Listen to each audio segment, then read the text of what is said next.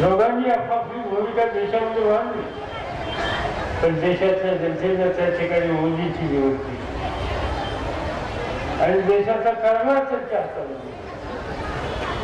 भारतीय जनता पार्टीला बहुमत दिलं.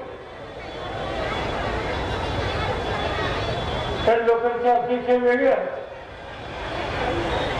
त्याला सांगण्यात आलं होतं की आमच्या बाजूला मतदान तुम्ही करा, अच्छे दिन आएंगे. लोकांना ऐसे वाटतं की अच्छे दिन आएंगे ऐसे कहते हैं, वो क्या दिन है वो देखेंगे. अब ये देखने का मौका हमें मिलेगा. अब ये मिलने के लिए भाजप को इस समय वोट देंगे. लोकांनी अच्छे दिन येणार म्हणून भाजपला मतदान केलं. काय चित्र दिसतं आपल्याला? गेल्या महिन्यामध्ये या उत्तर प्रदेशामध्ये स्वतः मोदी निवडून आले आणि 2 जागा सोडल्या तर सगळ्याच्या सगळ्या जागा लोकसभेच्या भाजपच्या निवडून आल्या.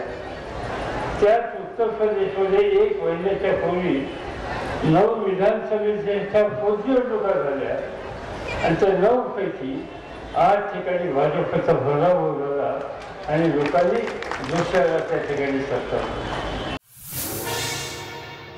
या देशाचा शेती आणि अन्न मंत्री असताना गव्हाची किंमत आम्ही 100 रुपये क्विंटलने वाढवली, तांदूळाची किंमत आम्ही 125 रुपये क्विंटलने वाढवली आणि हे सरकार आल्याच्या नंतर वाढ दिली पण 10 रुपयाची वाढ. या देशाचा शेतकरी काही भिकारी नाही. तो 5 आणि 10 रुपयाची मागणी करत नाहीये.